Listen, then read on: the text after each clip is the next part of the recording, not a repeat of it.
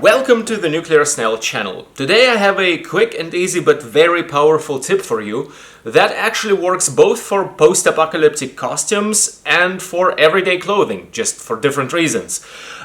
So what you see right here is a patch that I've just applied to my everyday pants, although they look worn and stuff, but that's just my style.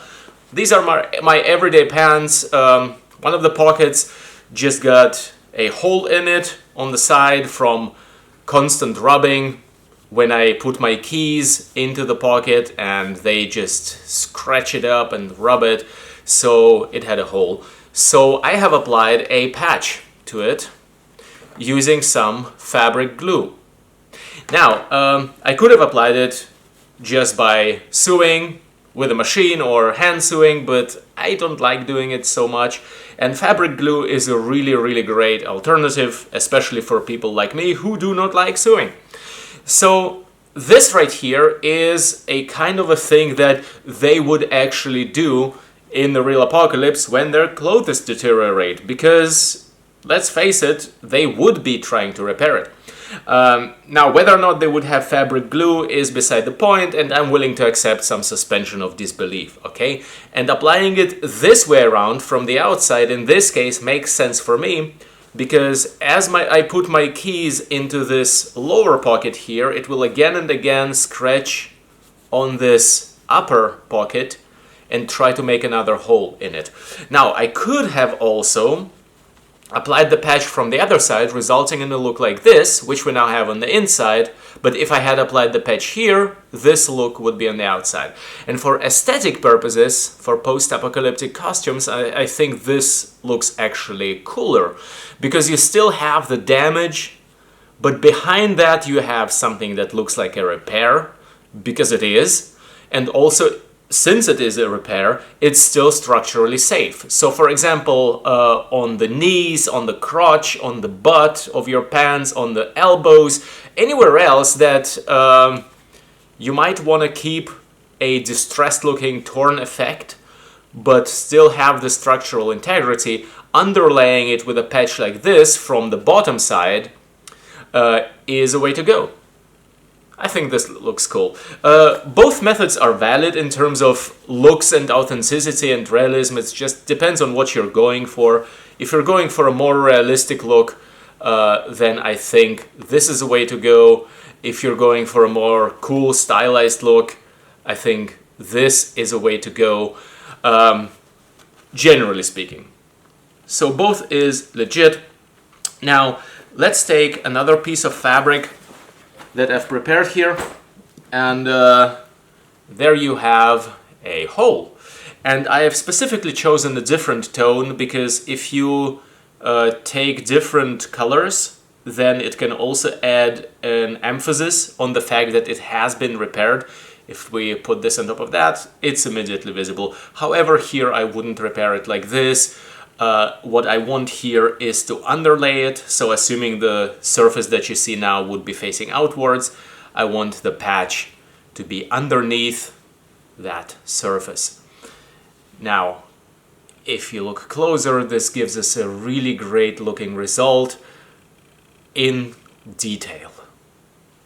To do that, it's actually really easy. Now, first of all, you should heed any advice on your fabric glue. There are different kinds of fabric glues. Please don't ask what brand it is or whatever. Just grab whatever fabric glue you think will work great for you. I do not have experience with different brands or types of fabric glue. It's just the one I got.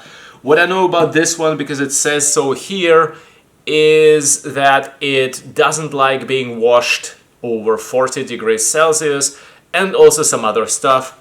So if you're doing this especially for your everyday stuff, you might want to keep in mind how you wash it.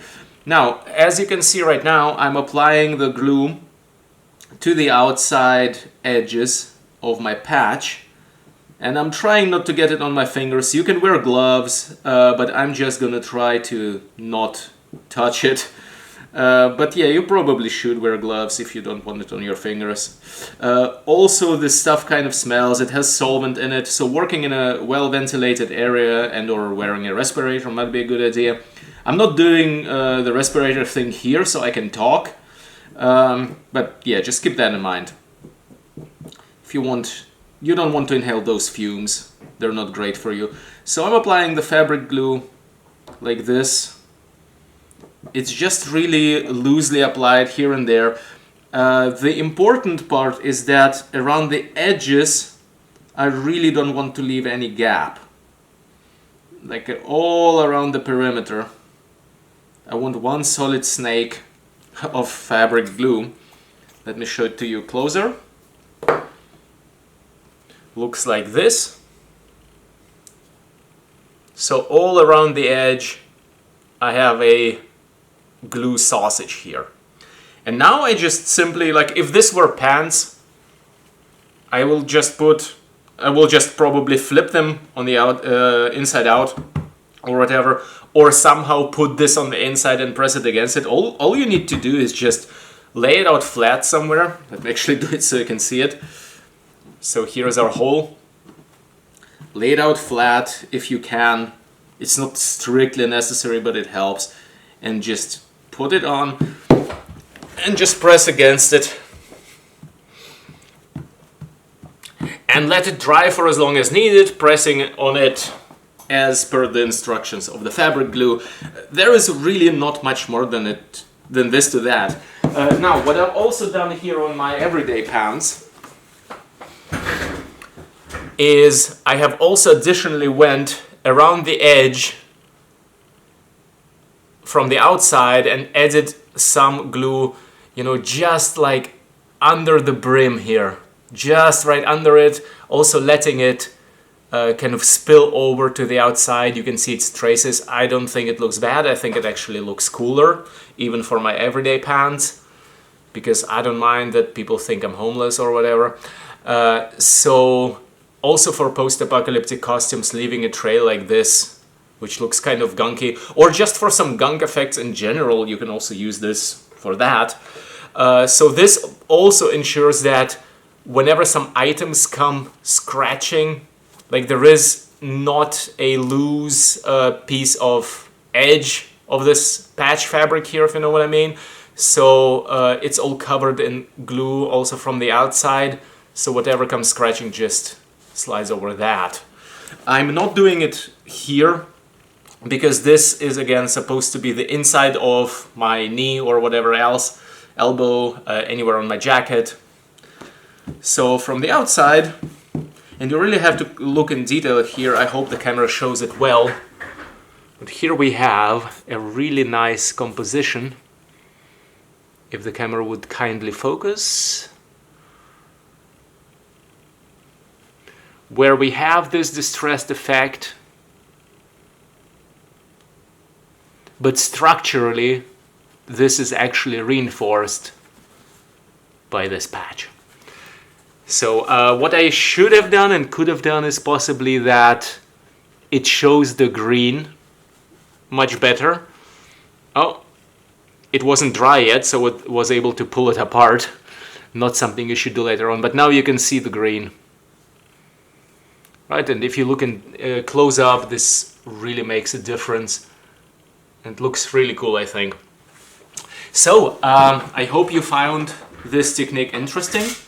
Give it a go for your next post-apocalyptic project, and have fun crafting. Hail the snail. See you in the next episode.